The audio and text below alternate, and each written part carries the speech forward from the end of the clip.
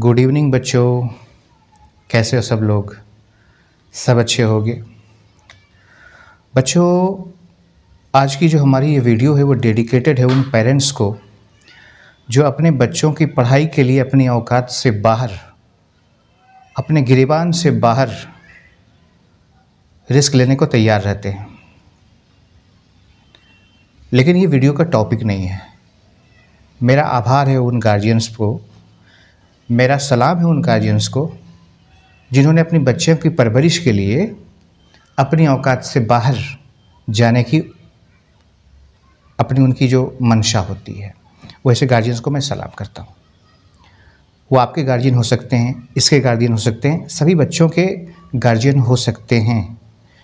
तो सबको मैं सलाम करता हूँ उनके जज्बे के लिए जो वो अपनी संतानों को उच्च शिक्षा के माध्यम से काबिल बनाना चाहते हैं ताकि वे जीवन में एक अच्छा प्रयास कर सकें, एक अच्छा जीवन जी सकें। बच्चों, आज की टॉपिक जो है वो यूट्यूब और इसी तरह के जो सोशल मीडिया प्लेटफॉर्म्स हैं उनके बारे में है। मैं अपने एक्सपीरियंस से छोटी छोटी बातें आपको सोशल मीडिया प्लेटफॉर्म के सभी चीज़ों के बारे में एक छोटी छोटी बात बताऊंगा। आपकी आदत है कि सही मार्गदर्शन को ना सुनना, लेकिन मेरी गुजारिश है, मैं आपका टीचर होकर के एक बात गुजारिश कर रहा हूँ आप लोग से कि प्लीज़ इसको आप थोड़ी देर तक सुन लीजिएगा, क्योंकि युवा पीढ़ी के आप लोग हैं और युवा पीढ़ी के लोग सोशल मीडिया पर सबसे ज़्यादा रहते हैं और उससे प्रभावित भी हैं। और स्टूडेंट लाइफ युवा पीढ़ी का, युवा उम्र का वो पड़ाव होता है जहाँ पर आपके जीवन की दशा दिशा तय हो जाती है। इसलिए इस समय में भटकाव को दूर करने के लिए आप सभी को इस मार्गदर्शन की बहुत ही ज़रूरत है।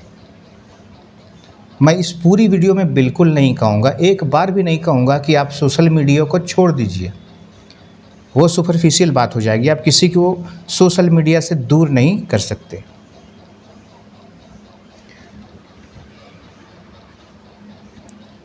सोशल मीडिया कनेक्ट होने का एक मीडियम है। सोशल मीडिया की शुरुआत सिर्फ इसीलिए हुई थी कि एक व्यक्ति दूसरे से इजीली कनेक्ट हो पाए। धीरे धीरे करके हर सोशल मीडिया पे सुविधाएं बढ़ती गई, उसके फीचर्स बढ़ते गए और हम लोग पूरी तरह से क्या हुए कि उसमें इंगेज होने लगे। कोई बात नहीं, जो फ्री है वो इंगेज हैं तो उनसे कोई फ़र्क नहीं पड़ता। लेकिन स्टूडेंट जो सोशल मीडिया के चक्कर में पड़ गया है, उसको अपने एजुकेशन पर उसका नेगेटिव असर पड़ रहा है। बस इसी नेगेटिव असर के बारे में मैं थोड़ी सी चर्चा करना चाहूँगा। सबसे पहले आता हूँ व्हाट्सएप पे। व्हाट्सएप स्टिकी चीज़ है, उलझा कर रखती है। यानी कि अगर किसी का रिप्लाई आ गया, किसी को एक मैसेज भेज दिया, उसका रिप्लाई आ गया, तो ये सिलसिला जो है ना, हमारे बिना इच्छा के ये निकल पड़ता है। तो दूर रहने की चीज़ है व्हाट्सएप भी, लेकिन हाँ, इतना दूर नहीं रहना है ताकि उसका पॉजिटिव बेनिफिट भी ना मिल पाए। आप ग्रुप्स ज्वाइन किए हुए हैं, जो आपके काम की चीज़ें उसमें आपको आ सकती है। आपने कोई और ऐसे कुछ व्यक्तियों से आपका संपर्क है जो आपको पॉजिटिव चीज़ें दिया करते हैं, तो आप उनसे कनेक्टेड रहिए, किसी भी वे में कनेक्टेड रहिए, any time any how connected रहिए। बट जो अब वहाँ पर वही बात उठ जाती है कि जो आपके काम की, आपके यूज़ की चीज़ नहीं है, उसके लिए कनेक्टेड ना रहें। मैं दूसरी बात करूँगा फेसबुक के बारे में। आप स्टेटस अपडेट करें, कोई बात नहीं। आप अपना एक पोस्ट कर दें, कोई बात नहीं। आप थोड़ा देख भी लें, कोई बात नहीं। लेकिन ये सिलसिला दिन भर नहीं चलना चाहिए। दिक्कत तब आती है जब आप इसको एक आदत बना देते हैं।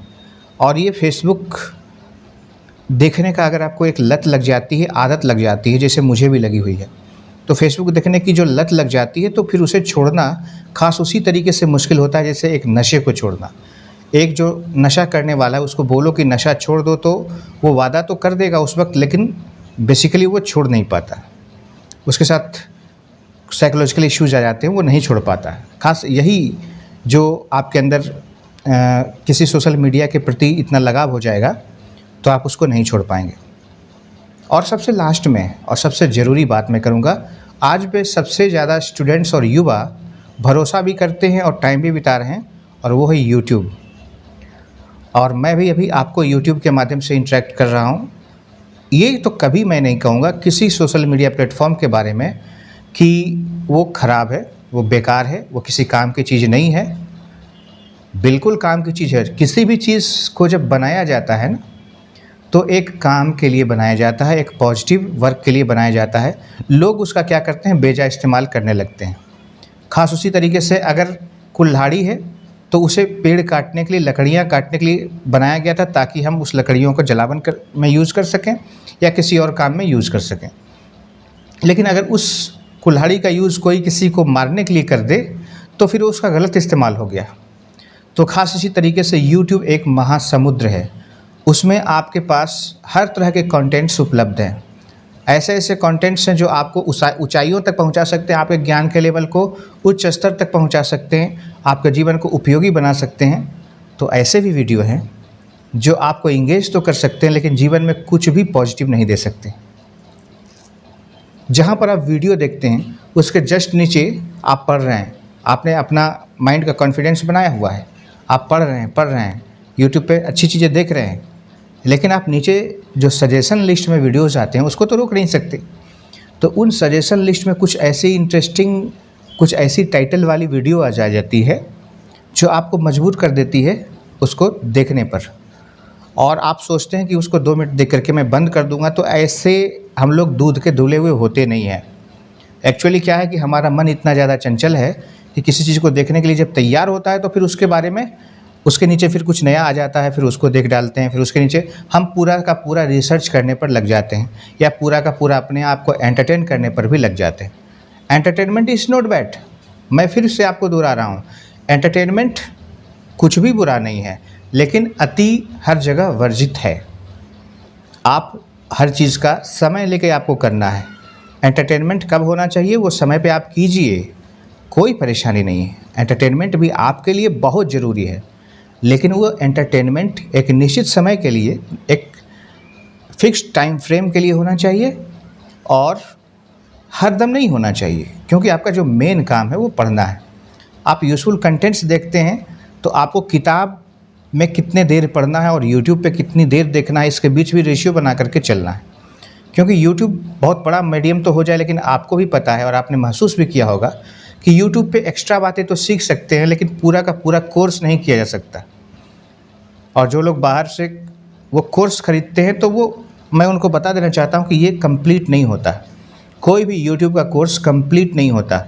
बस आप अगर ऑफलाइन क्लासेस किसी जगह पर कर रहे हैं, उसके साथ साथ सपोर्ट के लिए, प्रैक्टिस के लिए, एक्स्ट्रा बातें जानने के लिए, एक्स्ट्रा कंटेंट को अपने अंदर पैदा करने के लिए, विज़न पैदा करने के लिए, दृष्टि पैदा करने के लिए आप यूट्यूब का सहारा ले सकते हैं।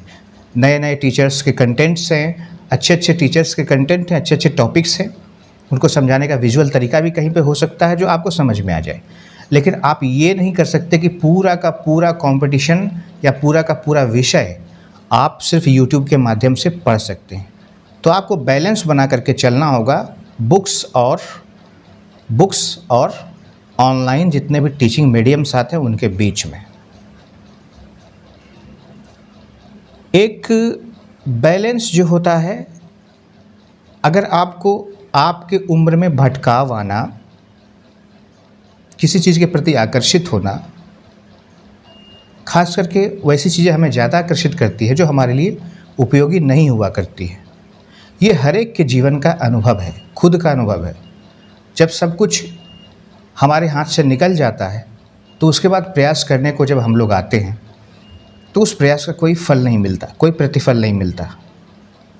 तो आपके पिताजी या आपके गार्जियंस जिन्होंने अपनी गाढ़ी कमाई आपके ऊपर खर्च कर दी है, और इस आशा में खर्च कर दी ताकि आप भी एक रिस्पेक्टेबल पोजीशन में अपने लाइफ में पहुंच जाएं, तो एक मार्गदर्शन जो एक शिक्षक को आपको देना चाहिए, मैं वो देने का प्रयास कर रहा हूँ। आप हर बात को अन्यथा नहीं लेते हुए अच्छे से देखिएगा और समझिएगा। एक माता पिता के अलावा घर से बाहर एक गुरु ही होता है, एक टीचर ही होता है जो आपकी सफलता में खास उसी तरह से खुश होता है जैसे आप होते हैं, जैसे आपके सारे चाहने वाले होते हैं। अब सारे चाहने वाले में सबकी बात नहीं कर सकते क्योंकि हो सकता है कि इसके मन में क्या हो, लेकिन गुरु का मन शुद्ध होता है इस मामले में। अगर आपने किसी से पढ़ा है और आपने सफलता हासिल की है तो एक गुरु को कैसा महसूस होता है, तो ऐसा महसूस होता है जैसे उसे खुद की सफलता मिल गई हो, जैसे वो सक्सेस रहा है। I am the creator of the successful person, ऐसा एक गर्व महसूस होता है अंदर से। आपको इतना गर्व आपके ऊपर सिर्फ 3 लोग कर सकते हैं सच में, जो हर एक जगह वैलिड है। वो है आपके माँ, पिता और एक आपका गुरु, जो भी आपका गुरु हो, सच्चा गुरु हो। तो एक गुरु से अच्छा मार्गदर्शक कोई नहीं हो सकता। तो वो मार्गदर्शन आपको सिर्फ किताबों के मामले में और विषय के मामले में नहीं होना चाहिए। ये सब जो मामले हैं वो हमारे जीवन में समय को अस्थिर रूप से मैनेज करने के लिए ज़रूरी है। इन सब चीज़ों पर गौर करना हमारे जीवन में बहुत ही ज़रूरी है। तो सोशल मीडिया का यूज़ करना है, क्योंकि सबको सोशल मीडिया पे कनेक्टेड होना चाहिए, ये भी मैं कहता हूँ, लेकिन उसका बैलेंस अपने लाइफ में ज़रूर होना चाहिए। कितना करना है, कैसे करना है, कब करना है, क्या करना है, क्या नहीं करना है, किस कंट्रोवर्सी में जाना है, किस कंट्रोवर्सी में नहीं जाना है, किन टॉपिक्स को पढ़ना है, किन टॉपिक्स को छोड़ देना है। इन सब बातों का आपको थोड़ा एक रूल बनाना होगा, अनुशासन बनाना होगा। इसको कह सकते हैं कि ऑनलाइन सोशल मीडिया का एक अनुशासन अपने लिए, अपने जीवन को सुदृढ़ करने के लिए आपको बनाना होगा। बाकी आप सभी लोगों से बहुत ही अच्छे रिस्पॉन्स आते रहे हैं और अच्छे रिस्पॉन्स की आगे आपकी आशा भी है। आपको ये विचार कैसे लगे, आप नीचे कमेंट करके ज़रूर बताइएगा। और अपने टीचर को सपोर्ट करने के लिए, आप अपने मार्गदर्शक को सपोर्ट करने के लिए इस वीडियो को लाइक भी कर सकते हैं, और अगर आपने पहली बार देखा इस चैनल को तो सब्सक्राइब भी कर सकते हैं। फिर मिलते हैं एक और अच्छे से इन्फॉर्मेटिव वीडियो में, चाहे वो आपकी किसी सब्जेक्ट की होगी या आपको कुछ मार्गदर्शन देने वाली होगी। तब तक के लिए आप सभी का दिन बहुत ही मंगलमय हो। आप सफलता की ओर एकदम दौड़ कर चलें, जल्दी से पहुँचें और हमें गौरवान्वित करें। जय हिंद।